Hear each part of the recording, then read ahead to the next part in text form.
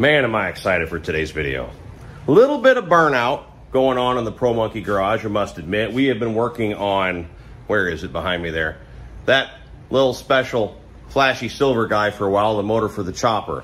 We have been working on getting this guy ready for Daytona with the new body build and all that sort of stuff. The missus is gonna be doing a little bit of stuff to her orange bike. We got a whole lot going on, and I wanna do something different. We also have Daytona coming up in just a few weeks. Another reason why I'm excited to do today's video is because I was worried about the timeline and stuff. And though it's winter in Florida, best time anywhere. Winter in Florida is amazing, South Florida, because it's like a cold days in the 50s. I'm sorry, I don't mean to offend those out there that are going through much colder stuff, no offense, but winter is wonderful. But right after winter, we have hurricane season. So, you know, we have to be kind of prepared and stuff. So we have something really, really cool that's gonna benefit us both at Daytona and for the hurricane season that will come, you know, right after.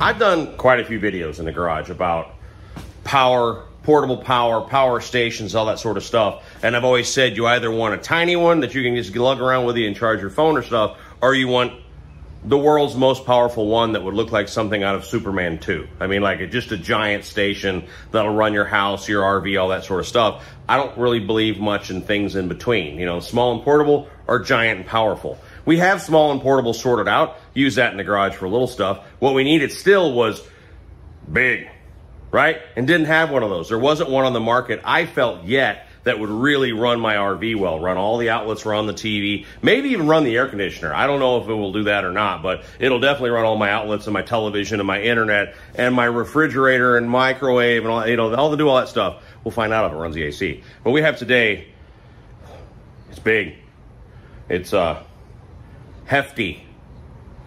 A brand new one, like pre-production, not even available yet, unit called the Anker SOLIX F3800 portable power station. Like, it's legit. Like, the FedEx guy had to bring it in on a trolley, like a hand truck, because he was like, I'm not picking it up. Thankfully it has wheels, no worries. Hi, Road Glide ST. There's some cool stuff coming for that too in the future, but we'll get to that. So what I'm gonna do now is we're gonna open this sucker up and talk about why I'm excited to have it for Daytona, because I need it, and for Sturgis later this year, and for hurricane season. Always use a knife that's way too big for the job. I feel like you should feel like Rambo when opening packages, or are you even really doing it? I mean, you know, why bother? So I'd imagine there's gonna be a really nice, like, showy, shelf-approved, nice-looking box under this one, but I got this one open, and then I gotta get this one open after that. Ah, yeah, violence. All right. Anker's never gonna send me anything ever again after this. Oh no, cool, it is just nicely packed in there. I never liked, honestly, when you you open the box and then the world's most intense suction holds that box inside of that box. I get that, I don't like that. So I like that this is just, you know, ready to go. Wow, okay, cool. So I'm not good at the one-handed unpacking thing, so let me just kind of get the foam out of the way and stuff, and we'll haul this out of the box and get started looking. You know, normally I pull the foam out, and then I find the manual, and then I say, you know, instructions are for losers, and toss them aside, but this has a 5-year warranty. I just glanced at that and went, okay, so I'll register it, because it actually, a 5-year warranty matters, so we're gonna do that. I'm not gonna read the rest of the directions, because directions are for losers. Anyway, so we got it sitting on its back. It's got casters and all that stuff, because this is not a lightweight unit. So again, I've always said, you know, small and practical and portable, or giant and powerful. That's, to me, there's nothing in between. This is, it's over 100 pounds. I'm not sure what the total weight is, but it's not something you're just gonna grab and throw in and out of the car easily. You're gonna have to pick it up. Just be aware of that. But it's the kind of thing, it's on wheels. You're gonna roll it around and use it, you know, once you get to the campsite and all that sort of stuff. But let me get the plastic off and get it out of the box and stuff. But I can already see we got a car socket. I guess that's to probably charge it in. Oh, it's got an app. I've seen that before. That stuff's cool. I already see 3 USB-Cs, 2 regular USBs. You turn the screen on and off. Big power button. It does have handles to haul that out. So let me go ahead and grab it and get it out of the box, and we'll get started playing with this thing. I don't know how much charge is in and out of the box. We'll find out in a second, but then I'm gonna charge it up, because I wanna talk about the 3 ways that I actually need this thing for real. This is one of the most pleasing things on earth, seriously. Oh, it's good. That's really good. Oh yeah, that's a good one. So what do we got? We'll do a walk around. So we got 2 USBs on the front, 3 USB-Cs, car socket. That's where you can plug it from the car? No, maybe? No, sorry, power out. Stupid of me. Main power on, display button, the app sync button. Over here you got, this is actually for the home system. So in addition to this guy, you can get a panel that'll plug into your panel that I can't even get to right now for car parts or bike parts. So you got a system you can plug into the panel so you can actually, you know, run your house off this guy if you lose power. You've got inputs for solar. So I've got 2 solar, or actually not 2 solar, what is it, a 4-panel solar unit back there that will plug into it. Main power cable here, overcharge, that'll pop out like a fuse breaker kind of thing. This is where you can plug in an additional battery pack. So this has got all the batteries in the world in it, but you can add an additional optional pack that I think is made to sit up here or something, but you can increase its capacity. You got 2 straight wheels in the back and casters on the front. So I just moved it around real easy. And it's got brakes on them, so you can actually click those down and, you know, lock them in place. Or kind of pull it like a cooler. It's got a pop-up handle. So you can actually pull it on those wheels. It is heavy, so I can see that being way more practical in like grass or something like that. If you're taking power out to a, I don't know, football game, soccer game, whatever, you can do that.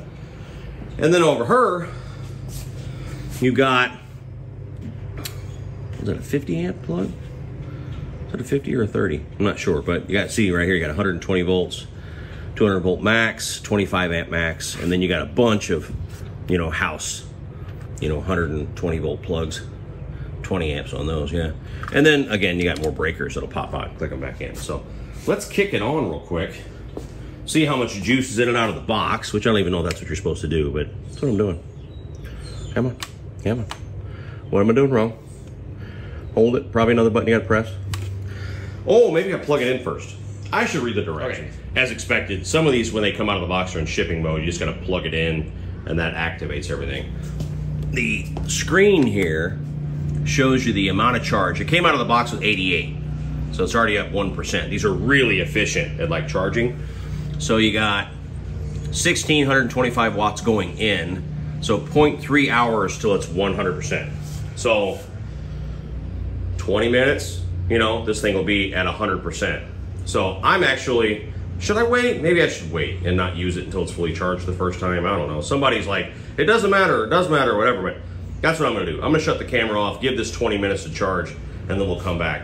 I've already activated the app on it, which is really cool and shows an animation, how much charge is left, how much juice you have left, all that sort of stuff, but I can't show that. I'm not that advanced. I'll show that on screen, but I'll put links and all that stuff in the description to the app and the manual and where to buy it and all that sort of stuff. You can see the price and all that sort of stuff. But as soon as this is charged, I want to run some experiments with it. I'm going to plug in my heat gun, my grinder, well, just the grinder, because if I run the grinder, then things like the Dremel that I use all the time, that'll work. So let me go ahead and plug in the heat gun and the grinder, because those pull the most juice, and we'll see if it can run those, and that'll tell me if it'll run everything I need for hurricane season. So hurricane season actually doesn't start until like June, but I have 3 practical uses for this guy already while it's charging. The first, because we're at home, we'll talk about that, is hurricane season. So we lose power a lot in South Florida, and if a big one hits, it'll be out for weeks. Well, a few days to a week. I think when Andrew came through, it was like 10 days or something for parts of South Florida. So my plan with this, my plan isn't actually to add the panel, which you could do that, obviously, and you can just plug it into the house and all that stuff. My plan would be to move the family into the master bedroom, which is just me, my wife, my daughter, and use this as power. So I have a portable air conditioner unit that I have in the RV, right? Plug that in there. We can run laptops off that. I could even take the router for our Wi-Fi, plug that in there. You know what I mean? Like, we can have basically every single thing we use. We can run a microwave off of it. So again, you can add the panel and plug the house and all that stuff and, you know, see how long all that runs. But I think the most efficient way, at least for us, is going to be to take that into the bedroom. The 3 of us just stay together while there's no power, and we can run the portable fridge. We can run all kinds of stuff off that. You know, so there's the first use, is power during a hurricane power outage. Second is both RV related. And that might be, you know, unique to this channel. But I have a 36-foot travel trailer that is a toy hauler. We use it to go to, well, family vacations. We go to Disney a lot in it. We go to state parks a lot in it. Or we used to. We need to do that more. We go to the Leesburg Motorcycle Rally here in the sort of Orlando, Tampa area. We go to Daytona, which we're going in just a few weeks. And we go to Sturgis. We go to Daytona twice, both March and October. And during those times, I'm pulling the rig. Now, Daytona, the Florida stuff, not so much, but Sturgis specifically is 5,000 miles. It's 2,500 miles each way. And I'm alone, and I pull the rig with my truck. So we've got motorcycles loaded, golf cart sometimes, all that sort of stuff, and I'm on the road 3 to 4 days by myself to get up to Sturgis so I can get my bike, the wife's bike, all that stuff up there. Two different things have happened along the way where this would have been life-changing. First is pretty simple. First is stopping at a rest area. I have a built-in generator. So some of you RVers out there going like, well, I have a generator, what do I need that for? Well, I have a generator also. But in a rest area, even though it's not really loud, it's still too loud to run in a rest area. You know, like you will get busted. You'll be asked to move on if there's a gas motor running and pumping fumes out the side of your rig. Ask me how I know. So you cannot sit there running your generator all night in a rest area. This is silent. So you can plug the rig into the side of that. And again, we're gonna test it on the AC and stuff, but you definitely have TV, outlets, internet, fridge, microwave. Well, furnace is propane. But you know, the system that charges your battery, the inverter, all that stuff is gonna run off this, no problem. So you got that silent in a rest area. Secondly, power goes out in the campground. It happens. As a matter of fact, I drove, I don't know how many miles from South Georgia to Illinois a couple years ago in one day, which pulling a rig of that size, you know, 500 miles, 700 miles is a lot. Like you're exhausted. You RVers out there know. Pulled into my campsite at like 8 o'clock at night, plugged in, prepared to bed down for the night and get up and roll early in the morning. And at like 10 p.m., power goes out in the campground. No storm, no nothing. I don't know what it was. Maybe somebody hit a box. I don't know what it is, but power goes out in the campground. I have no power all night. I did, full disclosure, use a CPAP machine. So what that means is I didn't get any sleep. You know, no power, no sleep. That's how that works, you know, when you have one of those things and you've used it for years. So this, again, power goes out in the campground, wheel that sucker out, plug the rig in, I have power. So there's two, so running in a rest area, stopping in a campground when they lose power, that's not the only time it's happened to me, that's just one story, for example. Where you lose power at a campground, I still got juice and backup power here at home. That's what this is perfect for. So let me give this a few more minutes to charge completely up. Then we'll test a couple things here in the garage with it that I know it'll run. I just want to see it run. And then we'll load it up in the truck, take it to the storage lot and plug the rig into it and see how we do there. Okay, I just ran an update. That was cool. The app, I'll throw a screenshot up here. The app up in the right-hand corner has like a settings button and you can check and see if the firmware is the most up-to-date, and they ran a firmware update, so that's pretty cool. Also, I could connect it to Wi-Fi. So I'm not sure, but the unit might be always available to be monitored because it's sitting here connected to Wi-Fi at my house. So I don't know if the app from someplace else can adjust it or not adjust it, but check it, but I don't know why else it would do that. Also, there was a nice big sticker when I got up close enough under the screen there that said you have to plug it in to activate your device. So that's what happens when you don't pay attention. So that's why I had to plug it in real quick for the unit to come on. It now has 100%, and we're gonna test a heat gun.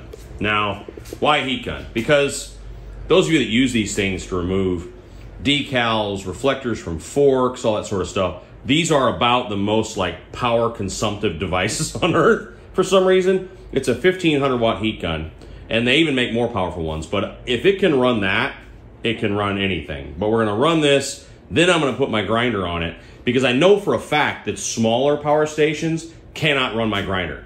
I've actually tried and it won't. So not at, you know, full speed. It actually runs it for a little bit and then the system conks out. So that's again on littler ones, not this one. So let me kick this guy on. Swear to God, first time, don't know, just plugged it in. And, oh, wait, what did I do wrong?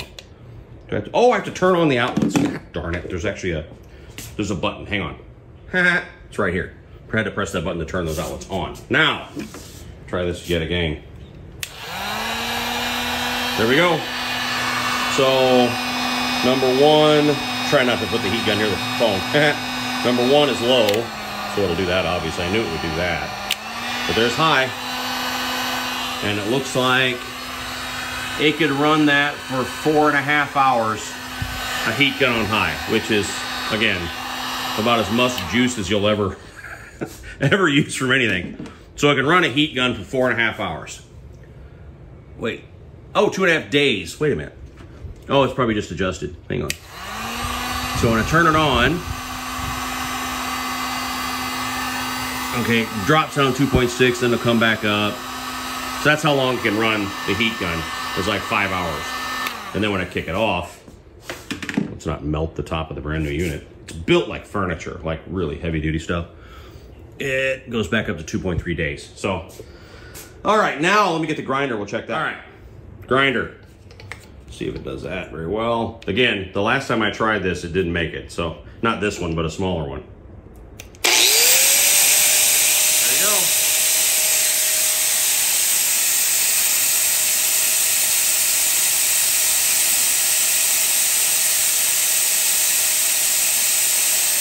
Now that's crazy. Hopefully the mic is still working. That thing is so loud. It can run the grinder for 6.5 hours straight. So again, heat guns take more juice than anything on earth. It's like, those of you that RVs know that, you know, the hair dryer is what kills the whole system. The only times I've ever thrown a breaker on my rig, hair dryer. Hair dryer and a microwave at the same time will throw a breaker. So it'll run my grinder for 6.5 hours.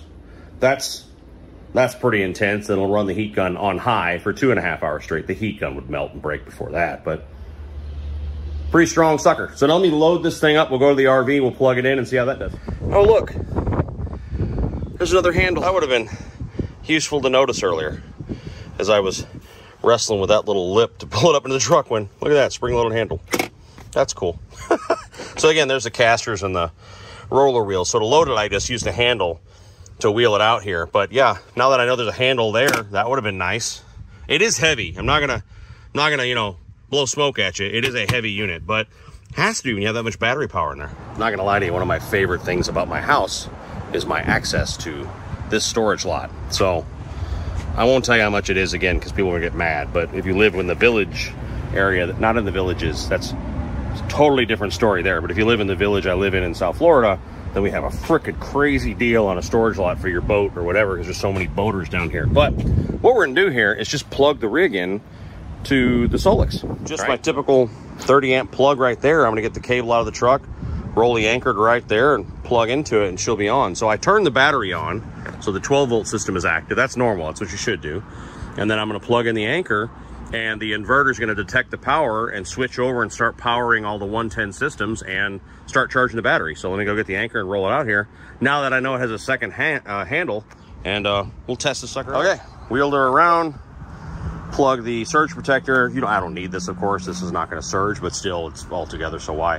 That is a 50 amp plug. So know that. If you have a 30 amp rig, you're going to need a dog bone, which I had. So 50 amp plug there. Plug her in there, good to go. So let me go inside, and this has to run like I think it's 100 seconds that it tests the power first before it turns actually on, but then that'll kick that on the rig and we can test it out before it rains. All right, so power is on. Here's my other smaller Anker right there. Power's on, lights are on. In a minute, we'll hear a beep, and what that beep is, the microwave and the inverter kicking on, and then we'll see the light come on the TV and stuff, because again, we're on 12 volts still until that runs its test and kicks on. If you're a lover of old motorcycles, there you go. This is being stored in there. We'll pull it out and swap it out. We're another bike pretty soon, but that is a 1980 FLT Tour Glide, the very first year of the Tour Glide, which became the Road Glide. So yeah, so if you're into vintage bikes, there you go. Still trying to research if that bike is gold for real, like it came from the factory that way. There's a story, as every old bike has a story, that bike was painted gold for the original owner by Harley, you know, the factory in Milwaukee. Even my buddies at Harley themselves have said that it's possible, because kind of the Wild West back then. And when they researched the VIN, there's no color on the VIN. So it is possible that really did come gold all those days. So anyway, so look for that on the channel if you're into bikes and stuff. But that's a really neat old bike that I don't know if I'll be taking it to Daytona. I want to, but we'll see if I hold on to it. Sure do want to. So here's my rig, toy hauler, big enough to hold, well, 3 full-size touring bikes, done it before. I've also done 2 full-size touring bikes and my golf cart. Actually has fit in there. Do I recommend it? No. Things were like a millimeter apart and wasn't the best idea, but does really well as a family camper. My daughter sleeps in the drop-down bed up there. That becomes, you know, seats for guests when they're over. We got 2 recliners. We got a couch here that also turns into a tiny bed. Got a table that sets up there. You know, full kitchen, all that stuff. It's a wreck right now because we don't go to Daytona for a couple weeks. Me and the missus will get all over that pretty soon, but just to go through, got a bathroom, corner shower, and a king-size bed up here. So let's turn on like all the 12 volt so everything's on and pulling from the battery. So how these systems work is the 12 volt system, I believe anyway, is always pulling from the battery no matter what. So here's another light I can turn on there. There's actually tons of lights, little bitty guys here and all that stuff, but it's always pulling from the battery on here. And then an inverter pulls from that outlet through the inverter right there and charges the 12 volt system. So, all right, I'll be back when it kicks on here in a minute. Okay, so we got the red light on the TV. So 110 is now on. It's charging the battery, all that sort of stuff. Let's see if it'll start the AC. I don't know. I'm 50-50 on it, whether I think it'll start or not. Just because these RV air conditioners are so inefficient. Well, wait. Fan is on.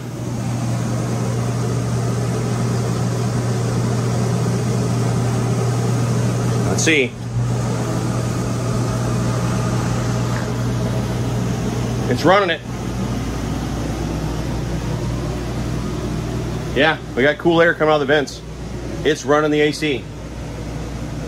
I don't know for how long it can, because again, these are so inefficient. Oh, the funny thing is, the big Anker is charging my little Anker also. I should probably unplug. So yeah, that's plugged in there. So we got the big one out there running through. Let's unplug that. All right, so what do we have drawn right now? The AC, the TV, which that's an LED TV. It doesn't take anything to actually run it. I could start the microwave maybe. Let's see if we can throw a breaker or something just to test it out.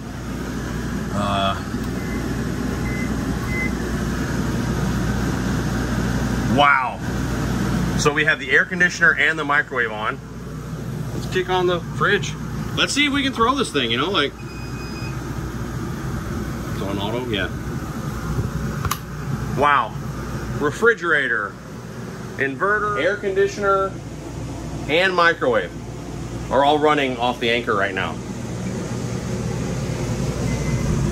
Microwave just finished. Now, I wouldn't do this. This is not what I would do if I was camping. I wouldn't go trying to microwave something while running the air conditioner, you know, off the Anker outside. That's not how I would run things, but I am really impressed. You turn the air conditioner off because it's so loud. Okay, so I just turned off the AC so that you can actually hear my voice. Full disclosure, I wouldn't run the AC. It does it, you know what I mean, just to prove a point. But I wouldn't do that because that's a lot of draw. RV air conditioners, as I said a second ago, are incredibly inefficient. They pull so much juice. You typically have to install a soft start on an RV for any sort of system to... Yeah, I know. Okay, microwave's still going off. You typically have to install what's called a soft start on an air conditioner so that any system that's weaker can handle it. And mine does not have a soft start. So it actually did have enough juice, enough, you know, output to kick that sucker on, including the compressor. But if I were stopped and using this as sort of an emergency thing at a you know, a rest area or something, I wouldn't turn the AC on. I just checked the app, and it said it had about 8 hours at its current draw. So all of this stuff. So after I turned the air conditioner off, with the air conditioner on, I don't know, probably not very long. Let's just be realistic here. 4 hours, 5 hours, I don't know, with all the AC running. But with all that off, it popped up to, I think it was 7.5 or 8 hours it showed at current consumption. So that's, you know, TV power, I could unplug those, stuff like that. But it would definitely run my CPAP machine all night in a rest area quietly. And then when you get to where you do have juice, you charge the big system back up. So that's really cool. Really, really cool. I'm impressed. So we know that it will work as an emergency stopgap at a rest area or if power goes out at the campground. So now what we're going to do is unplug and pack up because I have work to do here. So let me know your questions. I'll put links and all that stuff to the product. Pricing, I'm not sure. It's a brand new product. I think that no one even has that yet. I think that's like pre-production or something. They sent me one of the prototypes to test out, and it works. I'm impressed with it, so we'll be using that.